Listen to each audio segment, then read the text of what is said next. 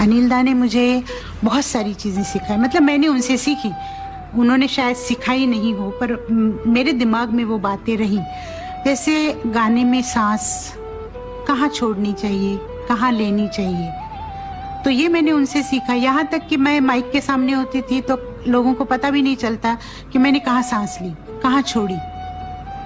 ये मैंने उनसे सीखा। दूसरी बात मैंने उनसे ये सीखी कि कोई सुर लगाना है तो कितना मतलब फेड इन फेड आउट करना, ये मैंने उनसे सीखा, जो कि शायद और आर्टिस्टों ने उस पर ध्यान नहीं दिया। मैंने ये चीज़ बहुत ध्यान से सीखी। गुलाम हैदर साहब से भी मैंने एक बात सीखी थी कि बोल बिल्कुल साफ होनी चाहिए, और दूसरी बात उसमें ये थी कि जहाँ बीट आता है वहाँ जो बोल आएगा उस पर थोड़ा सा जोर देना ताकि गाना एकदम उठे।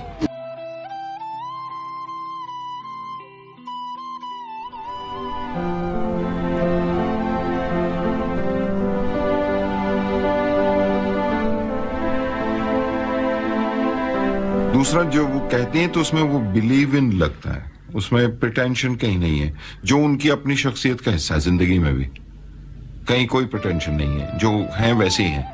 अब वो गाते हुए भी इसलिए हर एक चीज वो यकीन कर लेने को चाहता है कि हाँ ये जो कह रही है चांदनी रात को, जब चांदनी रात कहते हैं तो हाँ वो चांदनी रात है, वही होगी। यहां तक कि जैसे आपसे बात हुई कि उनकी मुस्कुराहट उनके गाने में, उनकी आवाज में दिखाई दे जाती है। अब और वो कितना मुस्कुरा रही हैं वो भी उसमें नजर आ जाता है, अगर आप जानते हो शख्सियत को। एक बहुत ही और एब्स्ट्रैक्ट एलिमेंट है उनकी शख्सियत को। आई नो नॉट उनकी खामखा इस तरह से तारीफ नहीं कर रहा, पर वो बहुत जेनरस इंसान है, जो देने में, बांटने में। और ये एलिमेंट अगर आप महसूस कर सकें तो उनके पूरे गाने में, पूरी गायकी में महसूस होता है।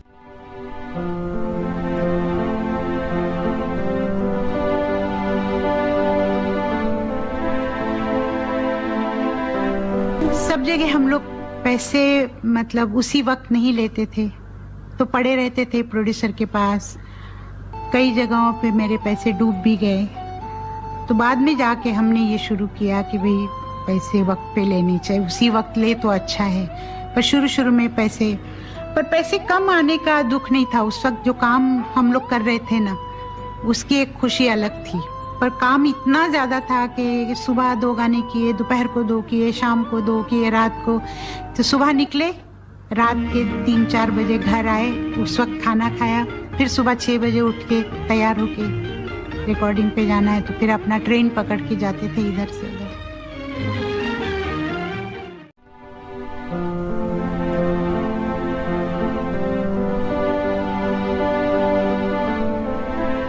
उसने अपनी शोहरत को बिल्कुल अपने ऊपर हावी नहीं होने दिया। ये भी परिंदों की आवाज बिल्कुल लता की आवाज की जैसी। तो उससे उसका आर्टिस्ट जो है वो जो गाना जो है उसका वो महफूज रह गया। And she is been able to contain herself. She is a very self contained person.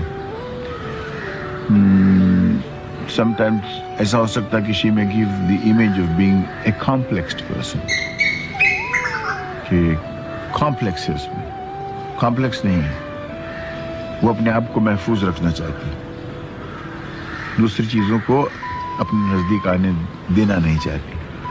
This solitude is a very essential part of all artists.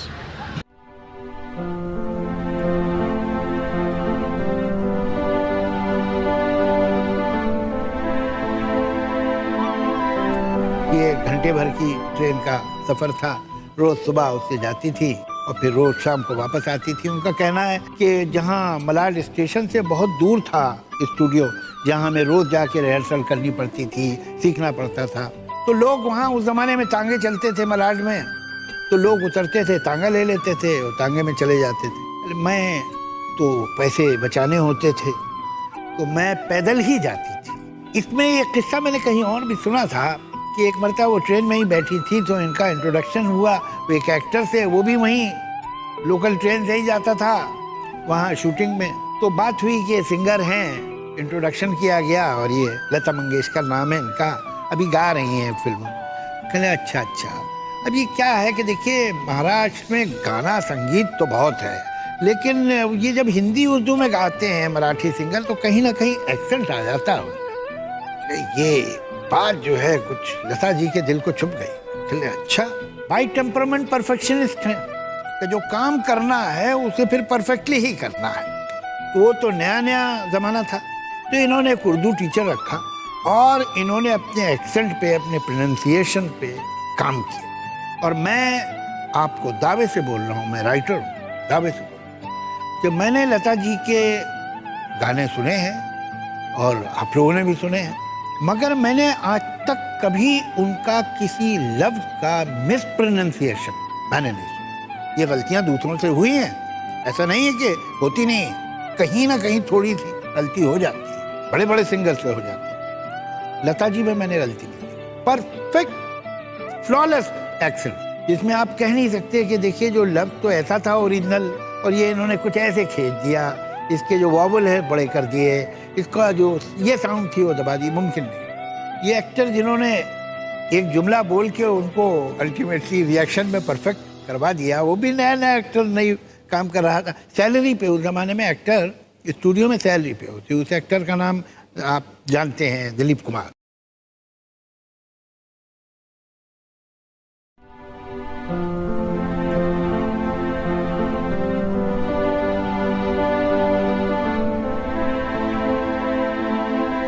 मैं गाने में बिल्कुल खो जाती हूँ, पर मैं ज्यादा कोशिश ये करती हूँ कि पिक्चर पे जो भी मतलब कैरेक्टर है, क्या है, मतलब किस तरह का है, वो सोच के मैं ज्यादा गाती हूँ। और उसके लिए मैं पहले पूछ भी लेती हूँ।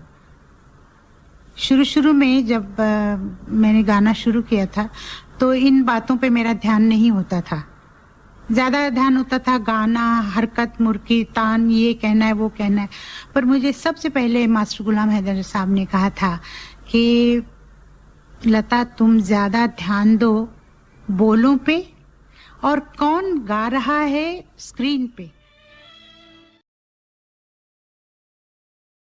उनमें एक बहुत बड़ी खूबी वो ये है कि वो जिस आर्टिस्ट के लिए गाती हैं वो उनके हिसाब से गाती हैं। वो शायद पहले पूछ लेती हैं और उन्होंने कहा भी था एक बार कि वो पता करती हैं कि ये जो मैं गाना गाने वाली हूँ किस पे पिक्चराइज होने वाला है, तो वो उस हिसाब से, उस अंदाज से गाती हैं। ये कई बार मैंने महसूस किया और बहुतों ने, दूसरों ने भी ये महसूस किया कि गाना सुनने के बाद, पिक्चर देखने से पहले ये महसूस होता है कि ये इन्होंने मीना जी के लिए गाया है या मधुबाला के लिए गाया है या नूतन के लिए गाया है। सब लोग कहते हैं मुझे कि आपने शायरा जी के लिए गाना गाया तो आपकी आवाज़ उन जैसी आपने कैसे की। हालांकि आवाज़ नहीं करती हूँ, पर मैं जब उनके लिए गाना गाती हूँ या किसी भी स्टार के लिए गाना गाती हूँ तो शायद थोड़ा सा सोच लेती हूँ कि इनके लिए अगर मैं इस तरह गाऊँ तो अच्छा लगेगा।